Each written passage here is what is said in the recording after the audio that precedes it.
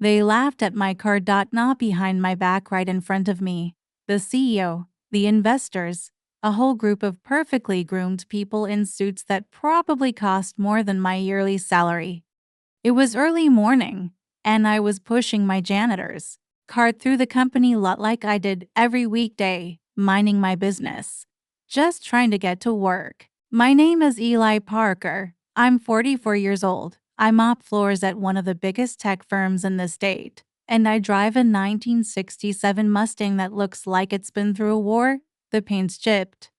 The passenger mirror is duct taped on, and the left headlight is always just a little fogged over like it's tired too. But it runs. It's run for over 20 years, across states, through storms, through every major and minor chapter of my life, and under that beat-up hood is something no one sees coming. But we'll get there. That morning, I parked in the far corner of the lot, as always, away from the new BMWs and pristine Teslas. I was wheeling my cart across the pavement when I heard one of the investors ask, "Whose junker is that?" The CEO didn't even look embarrassed. She laughed. "It belongs to one of our overnight janitors. He's harmless, just likes to pretend he's in Fast and Furious, I guess." I didn't flinch. I didn't look back. I've learned that nothing makes powerful people more uncomfortable than silence from someone they expect to beg for approval. Then my phone buzzed. It was my son. "Noah, don't forget my science fair today at 2. You promised." "Dad."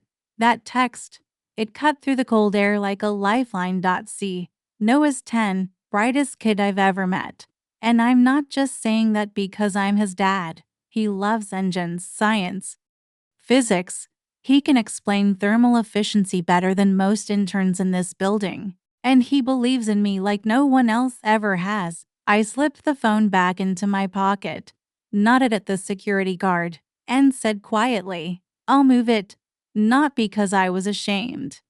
Not because I wanted to avoid trouble, but because I've been building something for 10 years and I was almost ready. The truth is, I wasn't always a janitor. I went to Cal Poly for mechanical engineering, graduated with honors, had big dreams, 2 dreams I built with my father before he passed.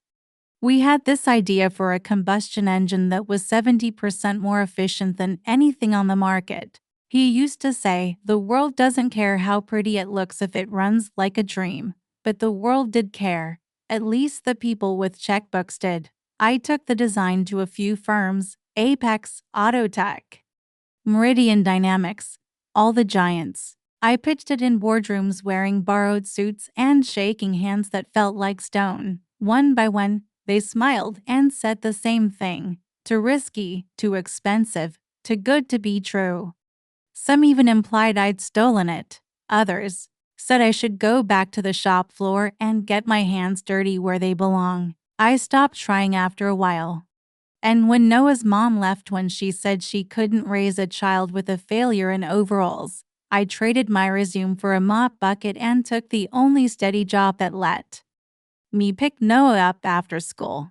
I let the dream die, or maybe just fall asleep, but I never stopped tinkering. At night, when Noah was asleep, I'd go out to the garage. The Mustang became my lab. It was never just a car. It was a canvas, a test bed, a promise, and little by little, part by part, I rebuilt its fuel system, air intake, timing, combustion design, regenerative braking, energy capture, all from scratch, all under budget, all quiet. No one knew until the morning they mocked it, and my son's text reminded me I didn't build that engine to be respected. I built it so he'd know it's okay to believe in things no one else can see yet. And if the world wanted proof, it was about to hear it start. I moved the Mustang like I said I would. Slowly, calmly, no dramatic pause, no last look at the executives. I parked it one row over, wiped my hands on my pants, and went inside to start my shift like nothing happened. Floors don't clean themselves, and dignity doesn't announce itself.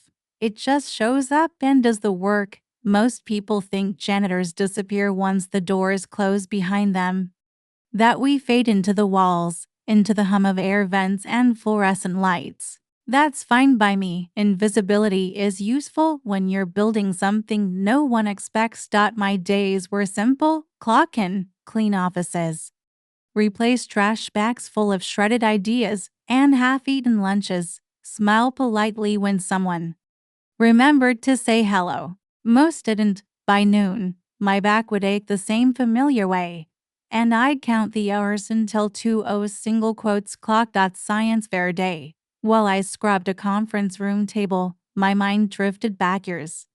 Back to the moment everything split into before and after. The rejection didn't come with yelling or cruelty. That would have been easier. It came with polite nods and rehearsed sympathy. Apex Engineering was the last company I pitched to. Big glass building, big promises. I laid out my design with shaking hands and a stupid amount of hope. The head engineer leaned back and said, "Eli, this is impressive, but if this fails, it bankrupts us. And if it succeeds, well, we're not convinced it can." I remember asking, "So what would you?"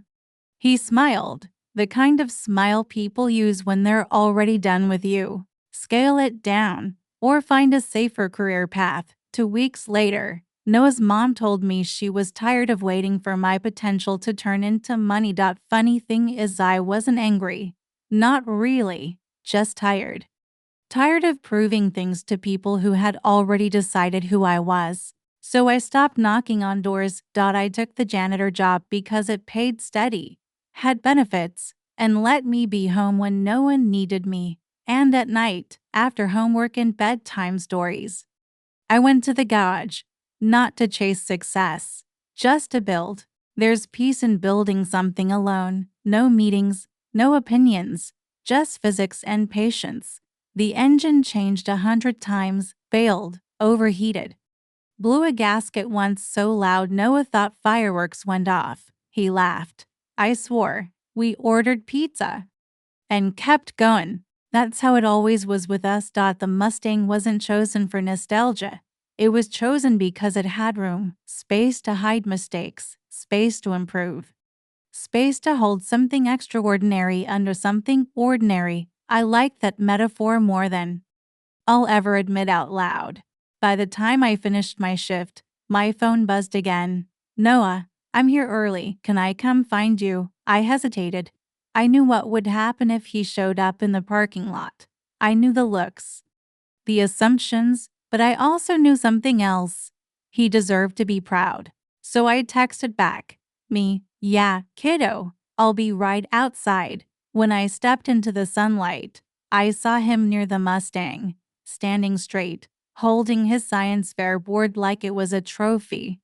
He spotted me and waved with both arms. That's when the investors noticed him. I saw one of them frown, another smiled politely, and before I could stop him, Noah said it clear, confident, loud enough for everyone to hear. "My dad built the engine." They chuckled. One of them said, "That's adorable."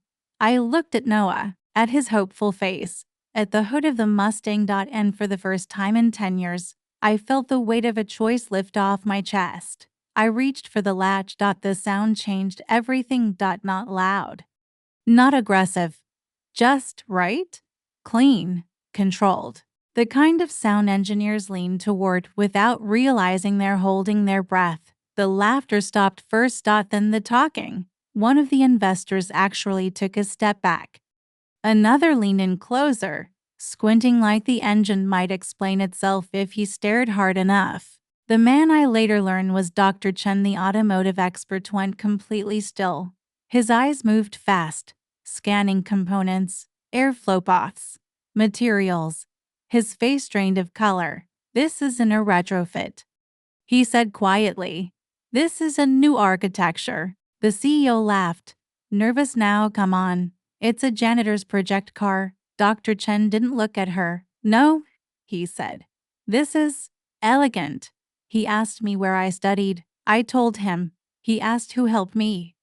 I said no one. He asked when I filed the design. I didn't, I said. I was busy raising my son.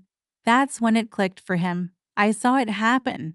His expression shifted, sharp and almost angry, not at me, but at the room.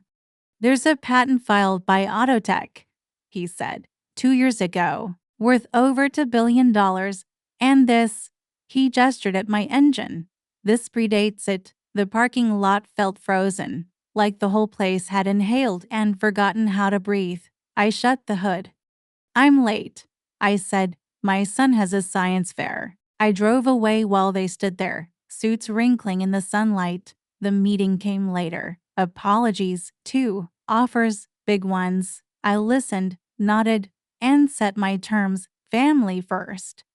Control stays with me. Knows future protected. Respect real. Respect for everyone who cleans floors and builds dreams quietly. They agreed. Life changed fast after that. Titles, money, headlines, but some things didn't change at all. I still drove the Mustang, still picked Noah up from school, still worked with my hands. A year later, we stood in a museum. My engine sat behind glass, polished and proud. A student nearby whispered, "I'm just a janitor. No one listens to me." I smiled and told him the truth. They will, when you build something they can't ignore. Noah squeezed my hand. That was enough.